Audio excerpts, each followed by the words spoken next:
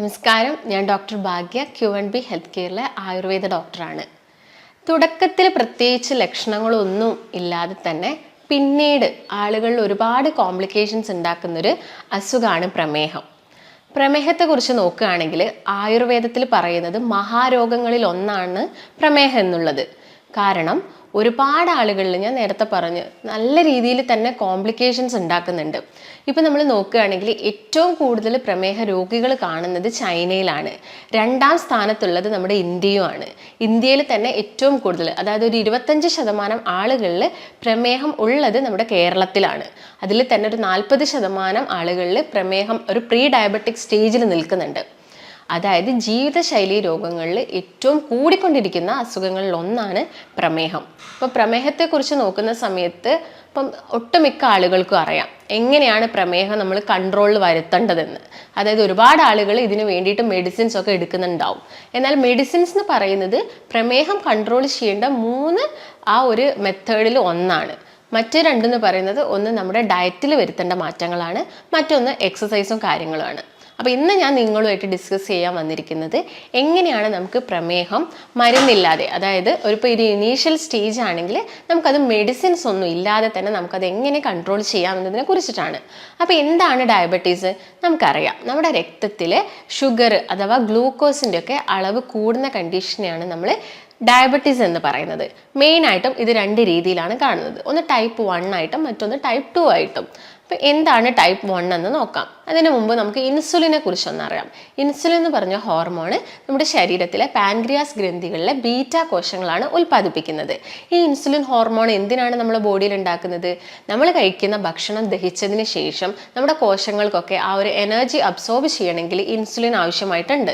എന്നാൽ ഈ ഇൻസുലിൻ തീരെ നിങ്ങളുടെ ശരീരത്തിൽ പ്രൊഡ്യൂസ് ചെയ്യുന്നില്ലെങ്കിൽ ഈ ഗ്ലൂക്കോസ് എന്താവും? ക്രമാതീതമായിട്ട് കൂടും. ഇതിനെയാണ് നമ്മൾ ടൈപ്പ് 1 ഡയബറ്റീസ് എന്ന് പറയുന്നത്. അപ്പം എന്താണ് ടൈപ്പ് 2 ഡയബറ്റീസ് എന്ന് നോക്കാം. ഇൻസുലിൻ ഉണ്ടാക്കുന്നുണ്ട്, പക്ഷെ അതിന് ആക്ടിവിറ്റി കുറവാണ്. അതായത് ഇൻസുലിൻ റെസിസ്റ്റൻസ് ആയിട്ടുള്ള ഒരു കണ്ടീഷനാണ് ടൈപ്പ് 2 ഡയബറ്റീസ്. കൂടുതലായിട്ടും ജീവിതശൈലിയിൽ വന്ന മാറ്റങ്ങൾ കൊണ്ട് വരുന്നത് ടൈപ്പ് 2 ഡയബറ്റീസ് ആണ്. അപ്പം ഇങ്ങനെ ഡയബറ്റീസ് വന്ന ആളുകളിൽ ഒരുപാട് ലക്ഷണങ്ങൾ കാണിക്കും അല്ലേ? അപ്പം അത് ഏതൊക്കെയാണ് നമുക്കറിയാം. കോമൺ ആയിട്ട് ആളുകൾ പറയുന്ന കാര്യമാണ് അതൊരു നെക്സ്റ്റ്, അതായത് ഒരു സെക്കൻഡ് സ്റ്റേജിലോട്ടൊക്കെ വരുന്ന സമയത്ത്, അത് ഇനീഷ്യൽ സ്റ്റേജിലല്ല, കുറച്ചധികം കൂടി നിങ്ങൾ ടാബ്ലറ്റ് ഒക്കെ എടുക്കാൻ തുടങ്ങുന്ന സമയത്താണ് ആളുകൾ കോമൺ ആയിട്ട് പരാതി പറയുന്നത്, ഡോക്ടർ എനിക്ക് വല്ലാതെ തരിപ്പുണ്ട്, അതുപോലെ തന്നെ കാലിലൊക്കെ ഭയങ്കര കോച്ചിപ്പിടുത്തവും കാര്യങ്ങളൊക്കെ വരുന്നുണ്ട് എന്നുള്ളത്.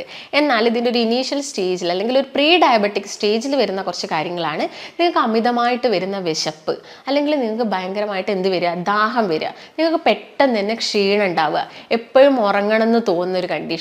ഇതൊക്കെ പ്രമേഹത്തിൻ്റെ ഒരു ഇനീഷ്യൽ സ്റ്റേജ് അല്ലെങ്കിൽ ഒരു പ്രീ ഡയബറ്റിക് സ്റ്റേജിൽ വരുന്ന കുറച്ച് കാര്യങ്ങളാണ്. നിങ്ങൾ ഇതും ആ ഒരു സ്റ്റേജിലൊന്നും നമുക്ക് കൺട്രോൾ ചെയ്യാൻ പറ്റിയിട്ടില്ലെങ്കിൽ ഒരു നെക്സ്റ്റ് സ്റ്റേജിലോട്ട് പോകുന്ന സമയത്താണ് അതിൻ്റെ കോംപ്ലിക്കേഷൻസ് ഒരുപാടായിട്ട് കാണുന്നത്. അതിൽ ആദ്യം തന്നെ പറയുകയാണെങ്കിൽ ന്യൂറോപ്പതി കണ്ടീഷൻസ് ആണ്. ഞാൻ നേരത്തെ പറഞ്ഞ പോലെ തന്നെ തരിപ്പ് അല്ലെങ്കിൽ കാലിന് വരുന്ന പിരിപിരിപ്പ്, നംനെസ് പോലുള്ള കണ്ടീഷൻസ് ഒക്കെ വരുന്നത് ഒരു ഡയബറ്റിക് ന്യൂറോപ്പതി എന്ന് പറഞ്ഞ കണ്ടീഷനാണ്. പിന്നെ വരുന്നത് ഡയബറ്റിക് റെറ്റിനോപ്പതിയാണ്. റെറ്റിനോപ്പതി എന്ന് പറയുന്നത് നമ്മുടെ കണ്ണിൻ്റെ കാഴ്ച കുറഞ്ഞിട്ട് തിമിരം പോലെയുള്ള കണ്ടീഷൻസും അതുപോലെ തന്നെ റെറ്റിനയിൽ വരുന്ന ചില ചേഞ്ചസ് കാരണം ആളുകളിൽ കാഴ്ചക്കുറവൊക്കെ ഉണ്ടാക്കുന്നതിനാണ് നമ്മൾ ഡയബറ്റിക് റെറ്റിനോപ്പതി എന്ന് പറയുന്നത്. പിന്നെ വരുന്ന ഒരു കണ്ടീഷൻ ഡയബറ്റിക് നെഫ്രോപ്പതിയാണ്. നെഫ്രോപ്പതി എന്ന് പറയുന്നത് നമ്മുടെ കിഡ്നിയിൽ ക്രിയാറ്റിനൊക്കെ കൂടുകയും കിഡ്നിയിലെ ചില ചേഞ്ചസ് കാരണം ഈ ക്രിയാറ്റിനിലൊക്കെ ചില വ്യത്യാസങ്ങൾ വരുന്നതിനാണ് നമ്മൾ ഡയബറ്റിക് നെഫ്രോപ്പതി എന്ന് പറയുന്നത്. അപ്പോൾ ഇത് 3 മെയിൻ ആയിട്ടുള്ള കോംപ്ലിക്കേഷൻസ്. അപ്പോൾ ഞാൻ നേരത്തെ പറഞ്ഞതാണ് ഡയബറ്റീസിൻ്റെ ചില പ്രധാനപ്പെട്ട ലക്ഷണങ്ങൾ. അപ്പം നമുക്ക് എങ്ങനെയാണ് ഇത് കൺട്രോൾ ചെയ്യേണ്ടതെന്ന് നോക്കാം. അതിന് മുൻപ് തന്നെ നമുക്ക് ചില ചേഞ്ചസ് നമ്മുടെ സ്കിന്നിലും വരാറുണ്ട്. ഡയബറ്റീസ് കൂടുന്ന സമയത്ത് നമ്മുടെ സ്കിന്നിൽ ചില ചേഞ്ചസ് വരാറുണ്ട്. അതിൽ ആദ്യം തന്നെ പറയുന്നത് ഡ്രൈനെസ് ആണ്. ഡ്രൈനെസ് അല്ലെങ്കിൽ നിങ്ങൾക്ക് എന്താവുക, വല്ലാത്ത ചൊറിച്ചിലൊക്കെ കാലിന് വരിക, ആ കാലിൻ്റെ ഭാഗത്ത് ഒരു മൊരിച്ചിൽ പോലെയൊക്കെ ചില കണ്ടീഷനിൽ നമ്മൾ ഡയബറ്റിക് പേഷ്യൻസിൽ കാണാറുണ്ട്. അത് സ്കിന്നിൽ വരുന്ന ഒരു ചേഞ്ചസ് ആണ്. പിന്നെ സ്കിന്നിൽ വരുന്ന ഒരു ചേഞ്ചസ് എന്ന് പറയുന്നത് ഒരു ബ്ലാക്കിഷ് ഡിസ്കളറേഷൻ ആണ്.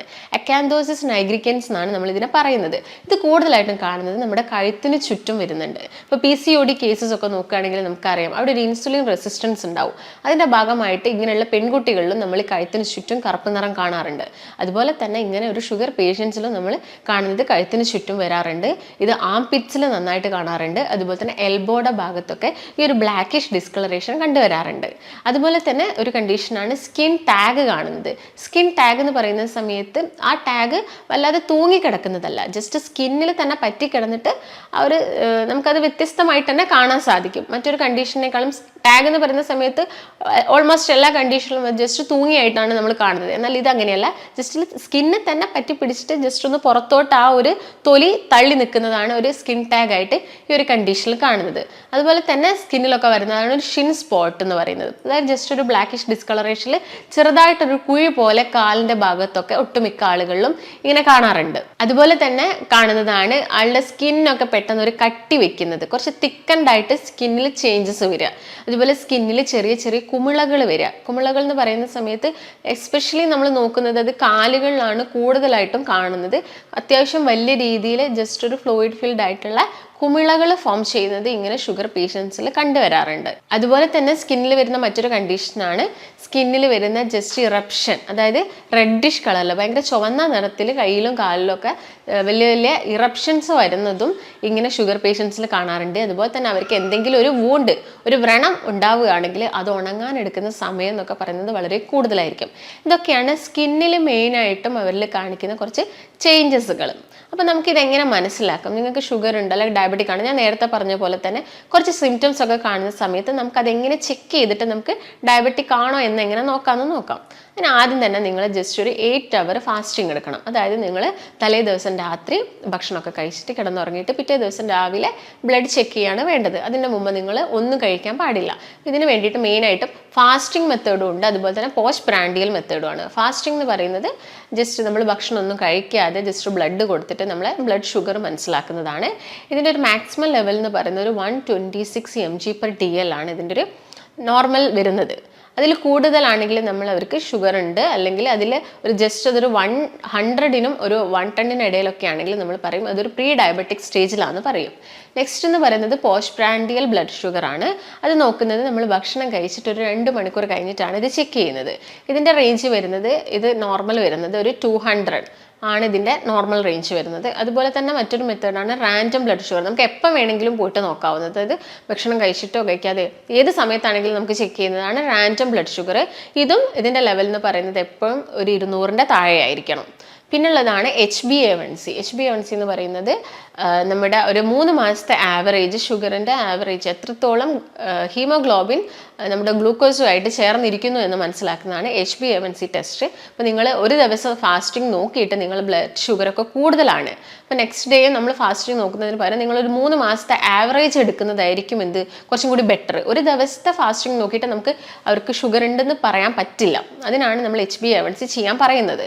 ഇതിൻ്റെ റേഞ്ച് എന്ന് പറയുന്നത് 6.4 വരെയാണ് ഇതിൻ്റെ പെർസെൻറ്റേജ് ആയിരിക്കണം ഇതിൻ്റെ നോർമൽ റേഞ്ച് ഉണ്ടാവേണ്ടത്. പിന്നെയുള്ളൊരു ടെസ്റ്റ് GTT ആണ്. GTT എന്ന് പറയുന്നത് ഗ്ലൂക്കോസ് ടോളറൻസ് ടെസ്റ്റ് ആണ്. ഇത് കൂടുതലും നമ്മൾ ചെയ്യുന്നത് പ്രഗ്നൻ്റ് ആയിരിക്കുന്ന സമയത്താണ്. ഒരു 5th മന്തിലൊക്കെ നമ്മളിത് ചെയ്യാറുണ്ട്. അതായത് ഒരു 75 ml ഗ്ലൂക്കോസ് കലക്കിയ വെള്ളം കുടിച്ചിട്ട് ഒരു 2 hour കഴിഞ്ഞിട്ട് നമ്മുടെ ബ്ലഡ് ഷുഗർ നോക്കുന്നൊരു മെത്തേഡാണ് GTT ടെസ്റ്റ്. ഇതിൽ കോമൺ ആയിട്ടും നമ്മൾ പേഷ്യൻസിനോട് പറയുന്നത് HbA1c അതുപോലെ തന്നെ ഫാസ്റ്റിംഗ് ബ്ലഡ് ഷുഗർ ഒക്കെയാണ് നമ്മൾ കോമൺ ആയിട്ട് പറയുന്നത്. അപ്പോൾ ഇതൊക്കെയാണ് നിങ്ങൾക്ക് എങ്ങനെ ഐഡൻറ്റിഫൈ ചെയ്യാം ഷുഗർ ഉണ്ടെന്ന് മനസ്സിലാക്കുന്ന മെത്തേഡ്സ്. പ്രമേഹ രോഗികൾ ഭക്ഷണത്തിൽ ശ്രദ്ധിക്കേണ്ട കാര്യങ്ങൾ എന്തൊക്കെയാണ്? മെയിനായിട്ട് നമുക്ക് കൺട്രോൾ ചെയ്യാൻ പറ്റുന്ന മെത്തേഡ്സ്, ഒന്ന് ഡയറ്റിൽ ചേഞ്ചസ് വരുത്തുക, മറ്റൊന്ന് എക്സസൈസും കാര്യങ്ങളും സ്റ്റാർട്ട് ചെയ്യുക, തേർഡ് വൺ ആണ് നമ്മൾ മെഡിസിൻസ് പറയുന്നത്. അപ്പോൾ ആദ്യം തന്നെ ഡയറ്റാണ്. ഡയറ്റിൽ നമുക്ക് എന്തൊക്കെ ചേഞ്ചസ് വരുത്തണം? ഒട്ടുമിക്ക ആളുകളും ചെയ്യുന്ന കാര്യമാണ്, നിങ്ങളിപ്പം ഇതിന് വേണ്ടിയിട്ടൊരു ഡയറ്റ് സ്റ്റാർട്ട് ചെയ്തിട്ടുണ്ടാവും. ചിലപ്പോൾ നിങ്ങൾ ചായയൊക്കെ കുടിക്കുന്നുണ്ടാവും, ചായയിൽ ചിലപ്പം പഞ്ചസാര ആഡ് ചെയ്യുന്നുണ്ടാവില്ല. പക്ഷേ നിങ്ങൾ ഉച്ചയ്ക്ക് നന്നായിട്ട് ചോറ് കഴിക്കുന്നുണ്ടെങ്കിൽ നിങ്ങൾ ആ ചായയിൽ പഞ്ചസാര ഇടാതിരുന്നതുകൊണ്ട് യാതൊരു ഗുണവും കിട്ടുന്നില്ല. അപ്പോൾ ഈ കാര്യങ്ങളൊക്കെ നിങ്ങൾ പ്രത്യേകം ശ്രദ്ധിക്കണം. കാരണം ഷുഗർ പേഷ്യൻസ് മെയിനായിട്ടും ശ്രദ്ധിക്കേണ്ടത് അവർ ആഡഡ് ഷുഗേഴ്സും അതുപോലെ തന്നെ കാർബോഹൈഡ്രേറ്റ്സും മാക്സിമം അവരുടെ ഡയറ്റിൽ നിന്ന് കട്ട് ഓഫ് ചെയ്യണം. അതായത് ഇപ്പം നിങ്ങൾ ആഡഡ് ഷുഗേഴ്സ് എന്ന് പറയുമ്പോൾ ഇപ്പോൾ പഞ്ചസാര ആയിക്കോട്ടെ അല്ലെങ്കിൽ ശർക്കര ആയിക്കോട്ടെ, ഇപ്പോൾ കിട്ടുന്ന തേനാണെങ്കിൽ നമുക്കറിയാം ഒരുപാട് അഡൾട്രൻസ് ആയിട്ട് വരുന്ന തേനൊക്കെ ആയതുകൊണ്ട് തന്നെ അതിൽ പഞ്ചസാര പഞ്ചസാരയും കാര്യങ്ങളൊക്കെ മിക്സപ്പ് ആയിട്ട് വരുന്നുണ്ട്. അപ്പം ഇതൊക്കെ കംപ്ലീറ്റ് ആയിട്ട് ഒഴിവാക്കാൻ വേണ്ടി ശ്രദ്ധിക്കുക. അതിൻ്റെ കൂടെ തന്നെ ഭക്ഷണത്തിൽ ശ്രദ്ധിക്കേണ്ട കുറച്ച് കാര്യങ്ങൾ എന്ന് പറയുന്നത്, അരിയോടൊപ്പം തന്നെ അരി പുളിപ്പിച്ച ആഹാരവും നമ്മൾ കഴിക്കുന്ന സമയത്ത് നമ്മുടെ രക്തത്തിലോട്ട് പെട്ടെന്ന് ഗ്ലൂക്കോസ് കയറി ചെല്ലുകയാണ് ചെയ്യുന്നത്.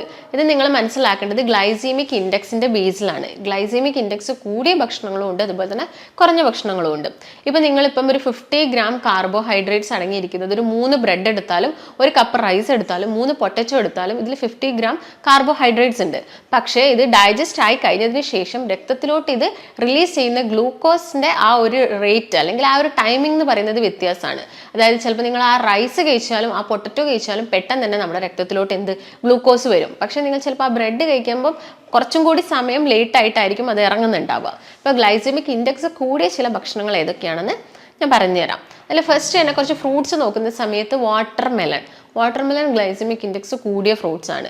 എന്നാൽ ചെറി അല്ലെങ്കിൽ നിങ്ങൾ ഗ്രേപ്പ് എടുക്കുകയാണെങ്കിൽ അല്ലെങ്കിൽ ഓറഞ്ച് ഒക്കെ എടുക്കുകയാണെങ്കിൽ ഗ്ലൈസെമിക് ഇൻഡെക്സ് കുറവാണ്.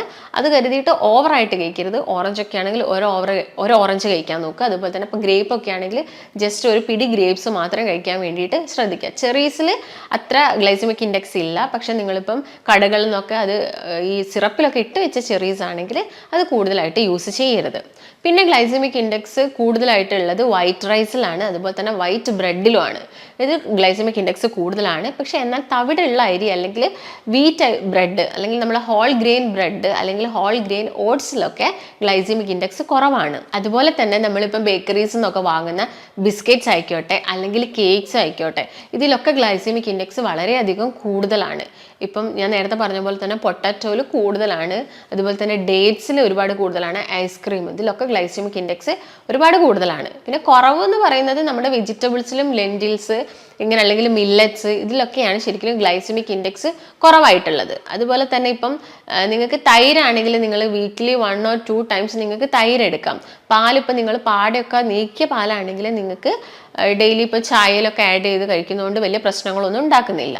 അതുപോലെ തന്നെ ഞാൻ നേരത്തെ പറഞ്ഞു, അരിയാഹാരം കഴിക്കുന്ന സമയത്ത് ഇപ്പം നിങ്ങൾ രാവിലത്തെ ബ്രേക്ക്ഫാസ്റ്റ് ഒക്കെ കഴിക്കുന്നുണ്ട്. ഇപ്പം ഇഡ്ഡലിയാണ് കഴിക്കുന്നതെങ്കിൽ 1 or 2 ഇഡ്ഡലി എടുക്കാൻ വേണ്ടിയിട്ട് നോക്കുക. അതിൽ കൂടുതൽ ഇഡ്ഡലി നിങ്ങൾക്ക് ആ ഒരു ഷുഗർ പേഷ്യൻസിൽ അല്ലെങ്കിൽ മെഡിസിൻസ് എടുക്കുന്ന ആളുകളിൽ അല്ലെങ്കിൽ ഇൻസുലിൻ എടുക്കുന്ന ആളുകളിൽ അത് കൂടുതലായിട്ട് എടുക്കാൻ പറ്റില്ല. അപ്പോൾ 1 or 2 ഇഡ്ഡലി കഴിക്കുകയാണെങ്കിൽ നിങ്ങൾക്ക് ചിലപ്പോൾ പിന്നീട് ക്ഷീണം വരാം. അതിന് വേണ്ടിയിട്ട് നിങ്ങൾ കുറച്ചും കൂടി ഹെൽത്തി ആയിട്ട് നിങ്ങൾ കുറച്ച് പ്രോട്ടീൻസ് എടുക്കുന്നതായിരിക്കും ബെറ്റർ. അതായത് ഇപ്പം ചെറുപയറോ കടലയോ അല്ലെങ്കിൽ പരിപ്പൊക്കെ വേവിച്ചതൊക്കെ നിങ്ങൾക്ക് ഈ ഒരു ഇഡ്ഡലിയുടെ കൂടെ എടുക്കാം. അതിൻ്റെ കൂടെ തന്നെ കുറച്ച് വെജിറ്റബിൾസും എടുക്കുക. അതായത് നമുക്കറിയാം ഇപ്പോൾ ഷുഗർ പേഷ്യൻസിൽ ഈ മണ്ണിനടിയിൽ നിന്ന് എടുക്കുന്നത് ഇപ്പോൾ കപ്പ, അതുപോലെ തന്നെ പൊട്ടറ്റോ, ക്യാരറ്റ്, ബീട്രൂട്ട് എന്ന് പറഞ്ഞ ഒരുപാട് ചേന, ചേമ്പ് ഇതൊക്കെ കംപ്ലീറ്റ് ആയിട്ട് അവരൊന്ന് ഒഴിവാക്കേണ്ടി വരും. കാരണം പെട്ടെന്ന് അതിൽ ഗ്ലൈസെമിക് ഇൻഡെക്സും കൂടുതലാണ്, പെട്ടെന്ന് തന്നെ ഷുഗർ കൂടാനുള്ള ചാൻസസും ഉണ്ട്.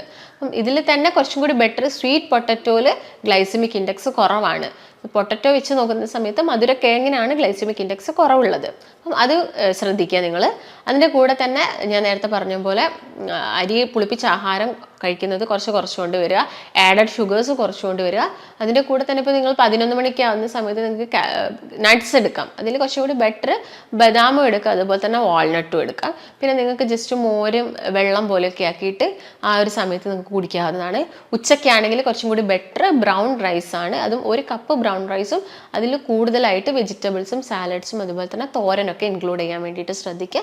വൈകുന്നേര സമയത്താണെങ്കിൽ നിങ്ങൾ ചായ കഴിക്കുന്നുണ്ടെങ്കിൽ മധുരം കംപ്ലീറ്റ് ആയിട്ട് ഒഴിവാക്കാൻ വേണ്ടി ശ്രദ്ധിക്കുക. അതുപോലെ തന്നെ എണ്ണക്കടികളൊക്കെ കുറച്ചുകൊണ്ട് വരിക. അരി കൊണ്ടുണ്ടാക്കുന്ന കടികളൊക്കെ കുറച്ചുകൊണ്ട് വരാൻ വേണ്ടിയിട്ട്, അതുപോലെ തന്നെ ചിപ്സ് ഇങ്ങനെയുള്ളതൊക്കെ മാക്സിമം ഒഴിവാക്കാൻ വേണ്ടി ശ്രദ്ധിക്കുക. ഇപ്പം നൈറ്റ് ടൈം ഒക്കെ ആണെങ്കിൽ നിങ്ങൾക്ക് ചപ്പാത്തി എടുക്കാം. ചപ്പാത്തി എന്ന് പറയുന്ന സമയത്ത് ഏറ്റവും ബെറ്റർ നമ്മൾ വീട്ടിൽ തന്നെ പൊടിപ്പിച്ചിട്ടുള്ള ഗോതമ്പ് കൊണ്ടുള്ള ചപ്പാത്തി ആണെങ്കിൽ കുറച്ചും കൂടി നല്ലതായിരിക്കും. അങ്ങനെയാണെങ്കിൽ നിങ്ങൾക്ക് 1 or 2 ചപ്പാത്തി പ്ലസ് വെജിറ്റബിൾസ് തന്നെയാണ് പറയുന്നത്. ഫ്രൂട്ട്സ് എന്ന് പറയുന്ന സമയത്ത് ഓവർ മധുരമുള്ള ഫ്രൂട്ട്സ് മാക്സിമം എടുക്കാതിരിക്കാൻ വേണ്ടി ശ്രദ്ധിക്കുക. മധുരം കുറച്ചിട്ടുള്ള ഫ്രൂട്ട്സ് ഒക്കെ എടുക്കുക. അതുപോലെ തന്നെ ഇലക്കറികളൊക്കെ നിങ്ങൾക്ക് നന്നായിട്ട് കഴിക്കാം. മുരിങ്ങേൻ്റെ ഇല, ചീരേൻ്റെ ഇലയൊക്കെ നിങ്ങൾ മാക്സിമം കഴിക്കാൻ വേണ്ടി തന്നെ ശ്രദ്ധിക്കുക. പിന്നെ നന്നായിട്ട് വെള്ളം കുടിക്കുക. ഒരു ദിവസം നമ്മുടെ ബോഡി വെയ്റ്റിനനുസരിച്ചിട്ട് വേണ്ടിയിട്ടുള്ള വെള്ളം കുടിക്കുക. നന്നായിട്ടൊരു 8 മണിക്കൂറെങ്കിലും ഉറങ്ങാൻ വേണ്ടിയിട്ട് നോക്കുക. ഇതിൻ്റെ കൂടെ തന്നെ ഞാൻ നേരത്തെ പറഞ്ഞൊരു കാര്യമാണ് എക്സസൈസ്. നമ്മൾ ചിട്ടയായ ഒരു ഭക്ഷണ രീതിയോടൊപ്പം തന്നെ നമുക്ക് വേണ്ടത് വ്യായാമമാണ്. വ്യായാമം എന്ന് പറയുന്ന സമയത്ത് ഒരു 45 മിനിറ്റ്സ് എങ്കിലും ഡെയിലി നിങ്ങൾ എക്സസൈസ് ചെയ്യാൻ വേണ്ടിയിട്ട് അല്ലെങ്കിൽ നടത്തോ കുറച്ച് വിഗറസ് ആയിട്ടുള്ള രീതിയിൽ നടത്തവും കാര്യങ്ങളൊക്കെ ചെയ്യുക. ആ ഒരു നല്ല രീതിയിൽ വിയർപ്പ് വരുന്ന രീതിയിൽ തന്നെ നിങ്ങളെ വർക്കൗട്ടും കാര്യങ്ങളും ചെയ്യുക. അതിപ്പം സ്വിമ്മിങ് അല്ലെങ്കിൽ റൈഡിങ്ങോ സൈക്ലിങ്ങോ അങ്ങനെ എന്തോ, അല്ലെങ്കിൽ നിങ്ങൾ സൂംബ ഡാൻസ് ആണെങ്കിൽ അങ്ങനെ എന്തെങ്കിലുമൊക്കെ പ്രാക്ടീസ് ചെയ്യാൻ വേണ്ടിയിട്ട് ശ്രദ്ധിക്കുക. എന്നിട്ടും ഷുഗർ കുറയുന്നില്ല, നമുക്ക് ചേഞ്ചസ് ഒന്നും വരുത്താൻ പറ്റുന്നില്ലെങ്കിൽ നമുക്ക് മെഡിസിൻസ് സ്റ്റാർട്ട് ചെയ്യാം. പക്ഷേ ഞാൻ നേരത്തെ പറഞ്ഞ പോലെ ഷുഗർ എന്ന് പറയുന്നത് ഒരു ഇനീഷ്യൽ സ്റ്റേജിൽ നമുക്ക് ലക്ഷണങ്ങളൊന്നും നമ്മൾ അത്ര സീരിയസ് ആയിട്ട് എടുക്കണമെന്നില്ല. ചിലപ്പോൾ നമ്മൾ ആ ഒരു മെഡിസിൻ എത്തേണ്ട സ്റ്റേജിലാണെങ്കിൽ ചിലപ്പോൾ നമ്മൾ മെഡിസിൻസ് കഴിക്കേണ്ടി വരും. അതിൻ്റെ കൂടെ തന്നെ ഈ കാര്യങ്ങളൊക്കെ ശ്രദ്ധിക്കുക. അപ്പം നിങ്ങൾക്ക് എന്തെങ്കിലും സംശയങ്ങളോ കാര്യങ്ങളോ ഉണ്ടെങ്കിൽ താഴെ കാണുന്ന നമ്പറുമായിട്ട് ബന്ധപ്പെടുക. ആയുർവേദത്തിൽ ഒരുപാട് മെഡിക്കേഷൻസ് ഇതിന് വേണ്ടിയിട്ട് അവൈലബിൾ ആണ്. നമുക്ക് മറ്റൊരു നല്ല ഹെൽത്ത് ടോപ്പിക്കുമായിട്ട് വീണ്ടും കാണാം. നന്ദി.